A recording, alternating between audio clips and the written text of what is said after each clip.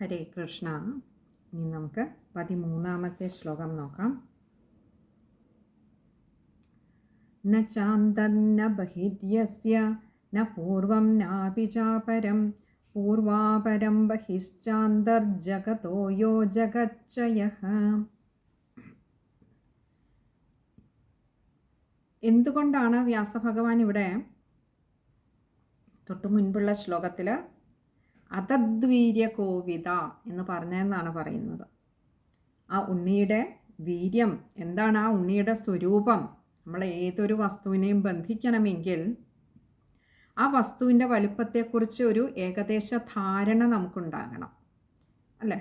ഒരു ചെറിയ ഒരു വടിയാണ് കെട്ടുന്നതെങ്കിൽ ആ വടിയുടെ വലിപ്പത്തെക്കുറിച്ചൊരു ധാരണയുണ്ടാകണം. എന്നാൽ മാത്രമേ അനുസരിച്ചുള്ള ഒരു കയറുകൊണ്ട് അതിനെ ബന്ധിക്കുവാൻ കഴിയുകയുള്ളൂ. വലിയൊരു മരമാണ് നമ്മൾ വടം കെട്ടില്ല അതേപോലെ കെട്ടുന്നതെങ്കിൽ ആ മരത്തിൻ്റെ വലിപ്പത്തെക്കുറിച്ചൊരു ധാരണയുണ്ടാകണം. ഇവിടെ ഈ ഉണ്ണിയുടെ വലിപ്പത്തെക്കുറിച്ചൊരു ധാരണ ഈ യശോദാമ്മയ്ക്കില്ലെന്ന് മനസ്സിലായപ്പോൾ നമുക്ക് പറഞ്ഞു തരികയാണ്. ഇവിടെ യശോദാമ്മയ്ക്കല്ല വ്യാസഭഗവാൻ പറഞ്ഞു കൊടുക്കുന്ന, ഇത് വായിക്കുന്ന അറിയാൻ ശ്രമിക്കുന്ന നമുക്കാണ്. ഭഗവാന്റെ ലീലകൾ അറിയുവാൻ ശ്രമിക്കുന്ന നമുക്ക് പറഞ്ഞു തരികയാണ്. ന ചാന്തർന ബഹിര്യസ്യ ന ച അന്തർ ന ബഹിര്യസ്യ ന ച, ഇവിടെ ച കൂട്ടിച്ചേർക്കാൻ വന്ന ന എന്ന് പറഞ്ഞാൽ ഇല്ല. എന്ത്? അന്തർ, ഇതിന് അകമില്ല. ഈ ഒരു സ്വരൂപത്തിന് ഭഗവാന് അകമില്ലാത്തവനാണ്. പിന്നെയോ ന ബഹിർ, ബഹിര്യസ്യ എന്ന് പറയും, ബഹിർ യസ്യ ആണ്. രണ്ട് വാക്കുകളുണ്ട് അവിടെ. ബഹിർ എന്ന് പറഞ്ഞാൽ അതിന് പുറവുമില്ല, അകവുമില്ല പുറവുമില്ലാത്തതായിട്ടുള്ള യസ്യ, യാതൊന്നിനാണോ അകവും പുറവുമില്ലാത്തത്. ന പൂർവം നാപി ചാപരം. ന പൂർവം, ന എന്ന് പറഞ്ഞാൽ ഇല്ലാത്തത്. പൂർവം എന്ന് പറഞ്ഞത് മുൻപ് യാതൊന്ന് ഇല്ലാത്തതായിട്ട്,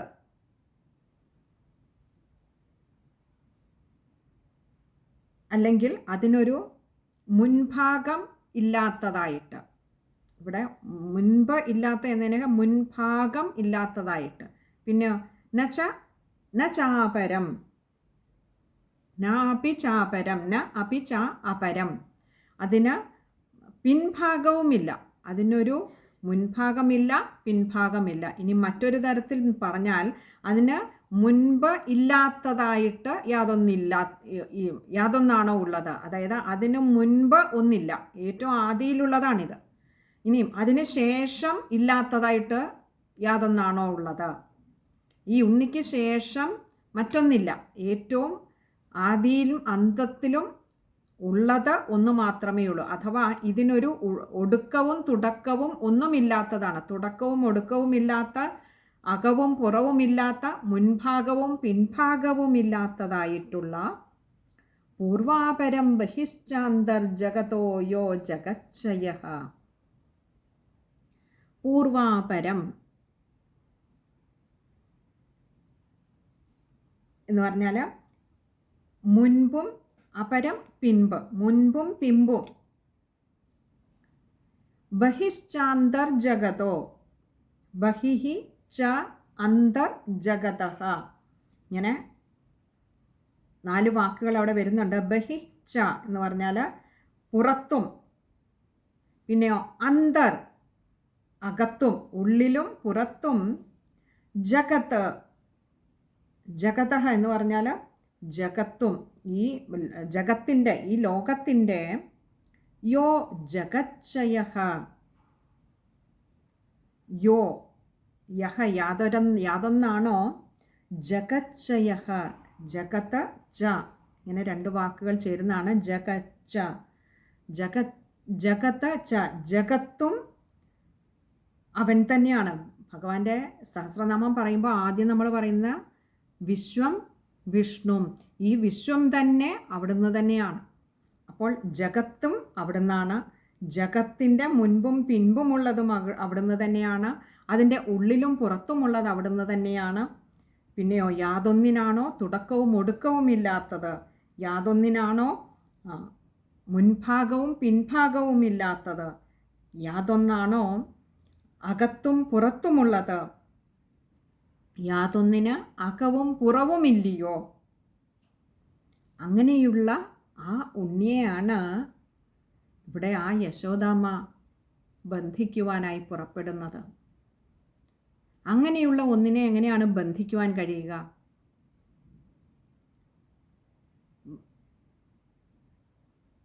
ഇവിടെ യശോദാമ്മയുടെ അജ്ഞത എന്ന് പറയുമ്പോൾ ഇത് നമുക്കുമൊക്കെ ബാധകമാണ്. നമുക്കും ആ ഭഗവാന്റെ ആ ഒരു ബൃഹത്തായ മഹത്തായ സ്വരൂപത്തെ പൂർണ്ണമായും ഗ്രഹിക്കുവാൻ ബുദ്ധിമുട്ടാണ്. അവിടെ യശോദാമ്മയുടെ അജ്ഞത എന്നതിലൂടെ യശോദാമ്മയ്ക്ക് എന്തുകൊണ്ട് അറിയാൻ കഴിയുന്നില്ല? കാരണം താൻ തന്നെ നിലകൊള്ളുന്നത് അതിലാണ്, താൻ ഉൾക്കൊള്ളുന്ന ഈ ഗോകുലം നിലകൊള്ളുന്നതും അതിലാണ്. തനിക്കാകട്ടെ ഒരു പരിധിക്കപ്പുറം തൻ്റെ കണ്ണുകൾ കൊണ്ട് കാണുവാനോ മനസ്സുകൊണ്ട് അറിയുവാനോ ബുദ്ധി കൊണ്ട് ഗ്രഹിക്കുവാനോ കഴിയുന്നതല്ല. അപ്പോൾ ഈ അറിയാൻ കഴിയുന്നതിനും കാണാൻ കഴിയുന്നതിനും അപ്പുറമുള്ള അതിവിസ്തീർണമായ ഒന്നിനെ അറിയുവാൻ, പൂർണ്ണമായും അറിയുവാൻ തൻ്റെ ഉണ്ണിയെ തനിക്ക് അറിയാമെന്നല്ലാതെ ആ ഉണ്ണി എന്താണെന്നോ ആരാണെന്നോ അറിയാൻ ഇന്നും യശോദാമ്മയ്ക്ക് പൂർണ്ണമായും കഴിഞ്ഞിട്ടില്ല. ആ ഭഗവാനെ തന്നെ ഉണ്ണിയായി കിട്ടിയ യശോദാമ്മയ്ക്ക് ആ ഉണ്ണിയെ തന്നെയല്ല തൻ്റെ സ്വരൂപത്തെ കാണിച്ചും കൊടുത്തിരിക്കുന്നു ഭഗവാന്. എന്നിട്ടും ആ ഉണ്ണിയെ പൂർണ്ണമായിട്ടും അങ്ങോട്ട് അറിയുവാനും ഉൾക്കൊള്ളുവാനും കഴിയാതെ പോയി യശോദാമ്മയ്ക്ക്. എങ്കിൽ ഭഗവാനെ അവിടുത്തെ അറിയുവാൻ എങ്ങനെയാണ് സാധാരണക്കാരായ നമ്മളെപ്പോലെയുള്ളവർക്ക് കഴിയുക? അറിയുവാൻ ശ്രമിച്ചുകൊണ്ടേയിരിക്കാനേ കഴിയൂ. എത്രയോ യോഗിമാർ, യോഗീശ്വരന്മാർ, അവർ ആ പാദങ്ങളെ ഒന്ന് കാണുവാൻ തന്നെ കൊതിച്ചു കഴിയുവാൻ തുടങ്ങിയിട്ട് എത്രയോ കാലങ്ങളായിരിക്കുന്നു. അങ്ങനെയുള്ളിടത്ത് ഭഗവാന്റെ ആ സ്വരൂപത്തെ പൂർണ്ണമായും കാണുവാൻ കഴിയുക എത്രയോ ദുർലഭമാണ്. അങ്ങനെയുള്ളിടത്താണ് ഭഗവാൻ തന്നെ ഒരു കപടമാനുഷ ബാലവേഷം കെട്ടി ഇവിടെ ഗോകുലത്തിലുള്ളവർക്ക് തന്നെ കാണുവാൻ, തന്നെ ലാളിക്കുവാൻ, തന്നെ അറിയുവാൻ, തന്നിൽ അലിയുവാൻ. ഇവിടെ ഗോപസ്ത്രീകൾ അങ്ങനെയായിരുന്നു, അറിയുകയും അലിയുകയും ചെയ്തവരാണ്. അവർക്ക് മറ്റൊന്നും അറിയില്ല, ഈ ലോകത്ത് മറ്റൊന്നിനെക്കുറിച്ചും അവർക്കറിവില്ല. ഒന്ന് മാത്രം അറിയാം, തങ്ങൾക്കെല്ലാം തങ്ങളുടെ കണ്ണനാണ്, തങ്ങളുടെ കൃഷ്ണനാണ്. അതുമാത്രമേ അവർക്കറിയൂ. ഏറ്റവും പരമമായ അറിവ് അവർ നേടിയിരിക്കുന്നു. നമ്മൾ പറയും പോലെ അവർക്ക് ഒരു സ്കൂൾ വിദ്യാഭ്യാസമോ അങ്ങനെയൊന്നും കിട്ടിയിട്ടില്ല. പക്ഷേ ഭഗവാന്റെ സാമീപ്യം കൊണ്ട് തന്നെ ആ ആത്മജ്ഞാനത്തെ നേടുവാൻ അവർക്ക് കഴിഞ്ഞിരിക്കുന്നു. അവർക്ക് മറ്റൊന്നും അറിയില്ല, മറ്റൊന്നും വേണ്ട. അവർക്കെല്ലാം അവരുടെ ഭഗവാനാണ്, അവരുടെ ആ കൃഷ്ണനാണ്. ആ കൃഷ്ണനിൽ അലിഞ്ഞു ചേരുവാൻ കൊതിച്ച ആ ഗോപസ്ത്രീകൾക്ക് ഭഗവാൻ അതിനുള്ള ഒരു മഹാഭാഗ്യവും കൽപ്പിച്ചു കൊടുത്തു. അപ്പോൾ അറിയാനും അലിയാനും ശ്രമിക്കേണ്ടത് അതൊന്നിനെ മാത്രമാണ്. ബാഹ്യമായിട്ടുള്ളതൊക്കെയും നമുക്ക് ലഭിക്കുമ്പോൾ സന്തോഷത്തെ തരുമെങ്കിലും അത് നമ്മളെ ഉപേക്ഷിച്ചു പോകുന്ന വേളയിൽ നമുക്ക് ദുഃഖത്തെയും പ്രദാനം ചെയ്യുന്നതാണ്. എന്നാൽ ഭഗവാനാകട്ടെ, ഇവിടെ ഭഗവാൻ ആ വൃന്ദാവനത്തിൽ വെച്ച് പശുക്കളെ മേയ്ക്കുവാൻ പോകുമ്പോൾ ഗോപസ്ത്രീകൾക്കൊട്ടും ദുഃഖമുണ്ടായില്ല. കാരണം ആ സാമീപ്യം നൽകിയിട്ടുള്ള പരമാനന്ദ ലഹരിയിൽ സായം സന്ധ്യയോടടുക്കുമ്പോൾ ദൂരെ നിന്ന് കേൾക്കുന്ന ഓടക്കുഴൽ വിളികൾക്കായി കാതുകൾ കാതോർത്തിരിക്കുമ്പോഴും ഉള്ളിൽ നിറയെ ആ കൃഷ്ണൻ്റെ സ്മരണകൾ അവരെ പരമാനന്ദ ലഹരിയിൽ ആറാടിക്കുകയായിരുന്നു. അതായത് ഒരു നിമിഷം തന്നിൽ നിന്ന് ഒന്ന് ദൂരേക്ക് പോയാൽ പോലും അവർക്ക് ദുഃഖം എന്താണെന്ന് അറിയേണ്ടി വന്നിട്ടില്ല. ഭഗവാന്റെ സാമീപ്യം നൽകിയിട്ടുള്ള ആ പരമാനന്ദ ലഹരി അത് ദൂരത്തിനേക്കാളേറെ ദൂരം അതിനൊരു പ്രതിബന്ധമായില്ല. ആടുമേയ്ക്കാൻ പോകുന്ന സമയത്ത് കുറച്ച് ദൂരേക്ക് പോയപ്പോഴും സാമീപ്യം അനുഭവിച്ചറിയുവാൻ കഴിഞ്ഞു ആ ഗോപസ്ത്രീകൾക്ക്. ആ സാമീപ്യം നൽകിയ പരമാനന്ദ ലഹരി അപ്പോഴും നുണയുവാൻ കഴിഞ്ഞു. അവിടെ നിന്നും ഭഗവാൻ വീണ്ടും മധുരയിലേക്ക് പോകുമ്പോഴും ആ ഗോപസ്ത്രീകൾക്ക് കാണുവാൻ കഴിയുന്നില്ല എന്നുള്ളതേയുള്ളൂ. ദൂരം കാഴ്ചയ്ക്ക് പ്രതിബന്ധമാകുന്നുണ്ടെങ്കിലും ഉള്ളുകൊണ്ട് സദാ ആ പരമാനന്ദ ലഹരി അനുഭവിച്ചു കഴിഞ്ഞ ഗോപസ്ത്രീകൾ തങ്ങളുടെ ഉള്ളിൽ തന്നെയാണ് ആ പരമാനന്ദം. തങ്ങളുടെ കൂടെയുണ്ട് എപ്പോഴും. തങ്ങളെ ഉപേക്ഷിച്ചു പോകുവാൻ ആ കൃഷ്ണനാവില്ല എന്ന് തിരിച്ചറിയുകയായിരുന്നു. കാരണം അത്രമാത്രം തങ്ങൾ ആ കൃഷ്ണനിലും കൃഷ്ണൻ തങ്ങളിലും അലിഞ്ഞു ചേർന്നിരിക്കുന്നു, ലയിച്ചു ചേർന്നിരിക്കുന്നു എന്ന് ഗോപസ്ത്രീകൾക്ക് നന്നായിട്ട് അറിയാമായിരുന്നു. ആ ഒരു പരമമായ പ്രേമഭക്തി അത് കാണുവാൻ വേണ്ടിയിട്ടും കൂടിയായിരുന്നു ഉദ്ധവരെ ദൂതും കൊടുത്ത് ഗോപസ്ത്രീകളുടെ അടുത്തേക്ക് വിട്ടത്. ആ ഉദ്ധവർ ഗോപസ്ത്രീകളുടെ പാദങ്ങളിൽ വീണ് നമിച്ചത് ഈ ഒരു പ്രേമഭക്തി കണ്ടിട്ട് തന്നെയാണ്.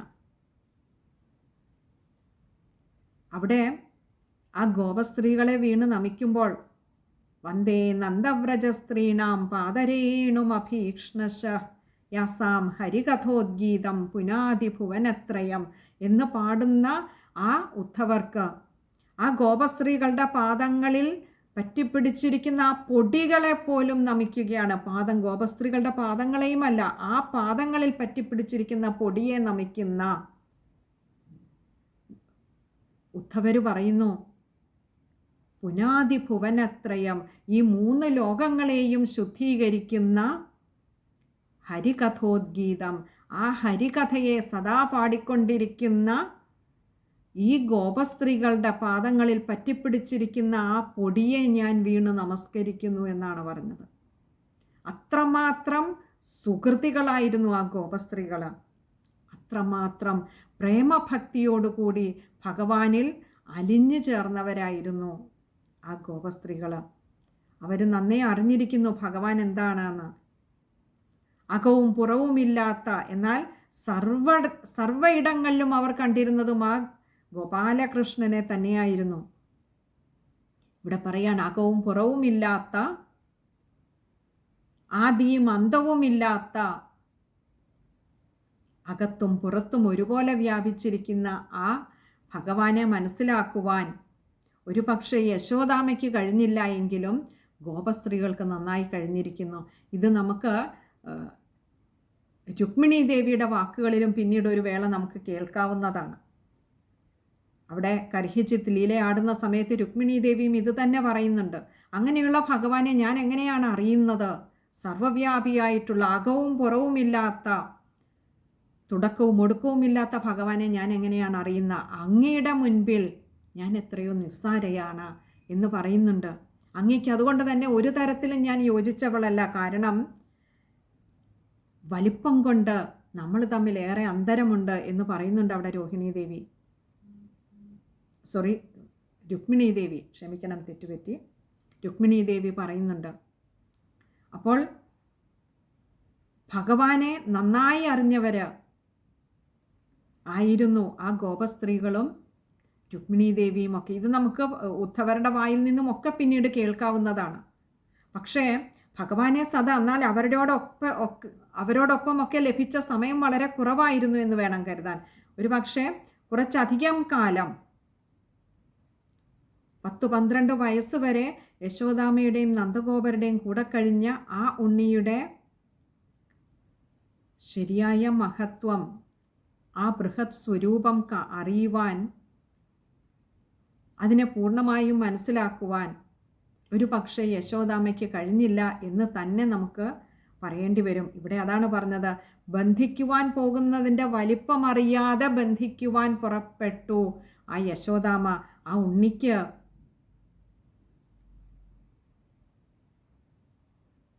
തൻ്റെ ഉണ്ണിയാണെന്ന് മാത്രമേ അമ്മയ്ക്ക് അറിയുകയുള്ളൂ. ഉണ്ണിക്ക് ഇത്രയേറെ മഹത്വമുണ്ട് എന്നുള്ളത് ഒരു നിമിഷം അമ്മ വിസ്മരിച്ചുവല്ലോ. നമുക്ക് ആ ശ്ലോകം ഒന്നുകൂടി നോക്കാം. ന ചാന്തർന ബഹിര്യസ്യ ന പൂർവം നാപി ചാപരം പൂർവാപരം ബഹിശ്ചാന്തർജഗതോ യോ ജഗച്ചയഃ. ഇവിടെ വായിക്കുമ്പോൾ ശ്രദ്ധിക്കേണ്ട കാര്യങ്ങൾ, ന ചാന്തർന, അവിടെ ആ രണ്ടാമത്തെ ന, ചാന്തർന അവിടെ കൂട്ടക്ഷരമാണ്. പിന്നെ ബഹിര്യസ്യ, ബഹിര്യസ്യ, ബഹിര്യസ്യ ആണ്, അതുകൊണ്ട് ര്യ അകാരം കൊടുത്ത് തന്നെ, അല്ലെങ്കിൽ ഏകാരമായി പോകും അവിടെ. പിന്നെ അടുത്തത് ബഹിശ്ചാന്തർജഗതോ, അവിടെ ജ കൂട്ടക്ഷരമാണ്, അതും ശ്രദ്ധിക്കുക, കട്ടിയിൽ തന്നെ വായിക്കുക. പിന്നെ അടുത്ത ജഗച്ച യഹ, അവിടെ വിസർഗമുണ്ട്, അത് പകുതി ഹകാരത്തിൽ വായിച്ചു നിർത്തുക. ഇനി അടുത്തത് 14ാമത്തെ ശ്ലോകമാണ്. തമ്മത്വാത്മജമവ്യക്തം മർത്യലിംഗമഥോക്ഷജം ഗോപികോലൂഖലേ ദാംന ബബന്ധ പ്രാകൃതം യഥാ. ഇനിയും ഇങ്ങനെയുള്ള ആ ഭഗവാനെ, ആ ഉണ്ണിയെ അമ്മ തം മത്വാത്മജമവ്യക്തം, തം അങ്ങനെയുള്ള ആ ഉണ്ണിയെ മത്വാത്മജം അവ്യക്തം, മത്വാ ആത്മജം അവ്യക്തം, ഇങ്ങനെ 3 വാക്കുകൾ അവിടെ വരുന്നുണ്ട്. മത്വ എന്ന് പറഞ്ഞാൽ കരുതിയിട്ട്, എന്താ, ആത്മജം തൻ്റെ പുത്രനാണെന്ന് കരുതിയിട്ട്, തൻ്റെ ഉണ്ണിയാണ് ഇത് എന്ന് മാത്രം കരുതിയിട്ട്, അവ്യക്തം, അവ്യക്തമായ ഒന്നിനെ തൻ്റെ പുത്രനാണെന്ന് മാത്രം ധരിച്ചിട്ട് ആ അമ്മ മർത്യലിംഗമഥോക്ഷജം, മർത്യലിംഗം, മർത്യനായി ഈ ഭൂമിയിൽ വന്ന് പിറന്ന ആ ഭഗവാനെ തൻ്റെ ഉണ്ണിയാണെന്ന് മാത്രമാണ് ഇവിടെ ധരിച്ചിരിക്കുന്നത്. അതാകട്ടെ അവ്യക്തമാണ്. പിന്നെയോ മർത്യലിംഗം അഥോക്ഷജം, ഇന്ദ്രിയങ്ങൾക്ക് അതീതനായിട്ടുള്ളവനാണ്. ആ ഉണ്ണിക്ക് എവിടെയാണ് ഭയം, എവിടെയാണ് ഭീതി, എവിടെയാണ് ദാഹം, എവിടെയാണ് വിശപ്പ്? പക്ഷെ ഇതെല്ലാം ഈ ഒരൊറ്റ ലീലയിലൂടെ ഭഗവാൻ ആടുന്നുണ്ട്. തനിക്ക് പാല് കുടിച്ച് മതിയായില്ല, ദാഹം തീർന്നില്ല, വിശപ്പ് തീർന്നില്ല, ക്രോധമുണ്ടാകുന്നു. ഇതൊക്കെ ഇന്ദ്രിയങ്ങൾക്ക് അധിഷ്ഠിതമായിട്ടുള്ള വികാരങ്ങളാണ്. ഉണ്ണിക്ക് എവിടെയാണ് ഭയം, ആരെയാണ് ഭയക്കേണ്ടത്? ഉണ്ണിക്ക് എവിടെയാണ് കോപം? പക്ഷെ ഇതെല്ലാം ഭഗവാൻ ഈ ഒരൊറ്റ ലീലയിൽ ആടുന്നുണ്ട്. ഇന്ദ്രിയങ്ങൾ കൊണ്ട് പ്രകടിപ്പിക്കുന്ന വികാരങ്ങളെ ഒക്കെയും ഭഗവാൻ ഈ ലീലയിൽ ആടിത്തീർത്തു. ഇന്ദ്രിയങ്ങൾക്ക് അതീതനായിട്ടുള്ള ഭഗവാൻ, അഥോക്ഷജനായിട്ടുള്ള ആ ഭഗവാൻ മർത്യരൂപം എടുത്തു വന്നു എന്നതുകൊണ്ട് തന്നെ മർത്യനായി ജീവിച്ച് മർത്യൻ്റേതായ സ്വഭാവങ്ങൾ പ്രകടിപ്പിച്ചുകൊണ്ട് ഇന്ദ്രിയങ്ങളിലൂടെ നമ്മൾ പ്രകടിപ്പിക്കുന്ന വികാരങ്ങളെ ഒക്കെ പ്രകടിപ്പിച്ചുകൊണ്ട് ഗോപികോലൂഖലേ ദാംന ബബന്ധ പ്രാകൃതം യഥാ. ഗോപികോലൂഖലേ, അങ്ങനെയുള്ള അവ്യക്തമായിട്ടുള്ള ഉണ്ണിയെ, അതെന്തുകൊണ്ടാണ് അവ്യക്തം എന്ന് പറഞ്ഞത്? യാതൊന്നിലാണോ നമ്മളൊക്കെ നിലകൊള്ളുന്നത്, അതിന് നമ്മുടെ തുടക്കത്തിനും നമ്മുടെ ഒടുക്കത്തിനും ശേഷവും ഇവിടെയുള്ളത്, ഈ വിശ്വത്തിൻ്റെ മുഴുവൻ തുടക്കത്തിനും ഒടുക്കത്തിനും ശേഷവും ഇവിടെയുള്ളത്. നമ്മുടെ ഒരു ജീവിതം എടുത്താൽ നമ്മുടെ ജനനത്തിന് മുൻപുള്ളത് നമുക്ക് അവ്യക്തമാണ്, നമ്മുടെ മരണത്തിന് ശേഷമുള്ളതും അവ്യക്തമാണ്. എന്നാൽ ഈ ജന്മം എടുത്തു കഴിഞ്ഞാൽ ഇതും സൂക്ഷ്മമായി നിരീക്ഷിച്ചാൽ അവ്യക്തമാണ്. അടുത്ത നിമിഷം എന്താണ് സംഭവിക്കുക എന്നറിയില്ലാത്ത, വ്യക്തതയില്ലാത്ത അവ്യക്തമായ ഒരു യാത്ര തന്നെയാണ് ഓരോ ജന്മവും. അപ്പോൾ ജന്മത്തിന് മുൻപും അവ്യക്തമാണ്, ജന്മത്തിന് ശേഷവും അവ്യക്തമാണ്. 2 അവ്യക്തമായ ലോകങ്ങൾക്കിടയിലൂടെ വ്യക്തമെന്ന് തോന്നിപ്പിക്കുന്ന അവ്യക്തതയുടെ ഒരു യാത്രയാണ് ഓരോ ജന്മവും. ഈ അവ്യക്തതകളൊക്കെയും നിലനിൽക്കുന്നതാകട്ടെ അവ്യക്തമായിട്ടുള്ള, വ്യക്തമാകണമെങ്കിൽ അതിനെ ഇന്ദ്രിയങ്ങൾ കൊണ്ടോ മനസ്സുകൊണ്ടോ ബുദ്ധി കൊണ്ടോ ഗ്രഹിക്കുവാൻ കഴിയണം. ഇതൊന്നുകൊണ്ടും ഗ്രഹിക്കുവാൻ കഴിയാത്ത ഒന്നിലാണ് ഈ അവ്യക്തതകളെല്ലാം നിലകൊള്ളുന്നത്. അങ്ങനെയുള്ള തീർത്തും അവ്യക്തമായിട്ടുള്ള ഇന്ദ്രിയാതീതനായിട്ടുള്ള ഒരു ശക്തി ആ ഭഗവാൻ തൻ്റെ പുത്രനായി മാത്രം കണ്ടുകൊണ്ട് ആ അമ്മ എന്ത് ചെയ്തു? ഗോപികോലൂഖലെ, ആ ഗോപിക, ആ യശോദാമ്മ ഉലൂഖലെ ഉരലിൽ ദാംന ബബന്ധ, ദാംന ദാമം കൊണ്ട് കയറുകൊണ്ട്, ബബന്ധ ബന്ധിച്ചു. എങ്ങനെ? പ്രാകൃതം യഥ. പ്രാകൃതം എന്ന് പറഞ്ഞാൽ ഒരു സാധാരണ മനുഷ്യ പുത്രനെ പോലെ ഭഗവാൻ ഇവിടെ തീർത്തും പ്രാകൃതനായി തന്നെ നിലകൊള്ളുകയാണ്.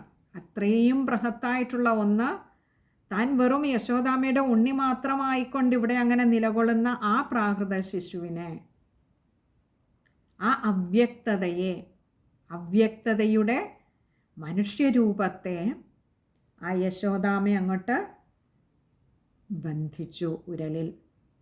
ഇവിടെ ബന്ധിച്ചു എന്ന് പറയുമ്പോൾ ബന്ധിക്കുവാൻ ശ്രമിച്ചു, ബന്ധിച്ചു എന്ന് പറയുക വയ്യ.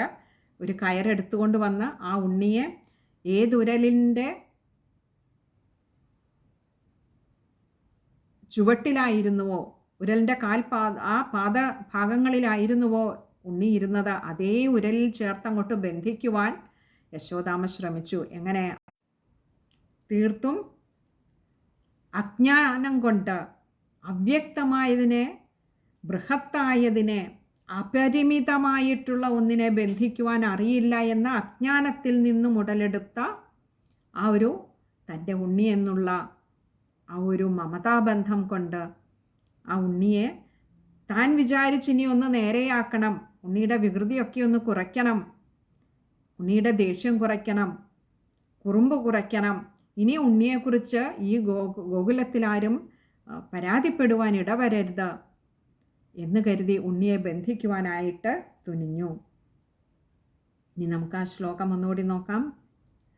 തം മത്വാത്മജമവ്യക്തം മർത്യലിംഗമധോക്ഷജം ഗോപികോലൂഖലേ ദാംന ബബന്ധ പ്രാകൃതം യഥാ. പ്രാകൃതം യഥാ, പ്രാകൃതനെ പോലെ, ഒരു മനുഷ്യനായി പിറന്ന ഒരു സാധാരണ ഉണ്ണിയെ പോലെ എന്നാ പറഞ്ഞ. സാധാരണ ഉണ്ണി അല്ല അത്, പക്ഷെ അതുപോലെ ഇപ്പോൾ ജീവിക്കുന്ന, അഭിനയിക്കുന്ന, നടിക്കുന്ന ആ ഭഗവാനെ അങ്ങോട്ട് ബന്ധിക്കുവാൻ ശ്രമിച്ചു. ഇനി ആ ശ്ലോകം വായിക്കുമ്പോൾ ശ്രദ്ധിക്കേണ്ട കാര്യങ്ങൾ, തം മത്വാത്മജമവ്യക്തം. അവിടെ നോക്കൂ, 2 വിശ്ലേഷണമുണ്ട്. ആകാരം നന്നായി നീട്ടിയെടുക്കണം. മത്വാ ആത്മജം അവ്യക്തം. ഇവിടെ മത്വാത്മജം ആകാരം നന്നായി നീട്ടിയെടുക്കുക. അതുപോലെ മത്വാത്മജം അവ്യക്തം, ആത്മജം അവ്യക്തമാണ്, മായ്ക്ക് ആകാരം കൊടുത്ത് വായിക്കുക. അടുത്തത് മർത്യലിംഗം അധോക്ഷജം.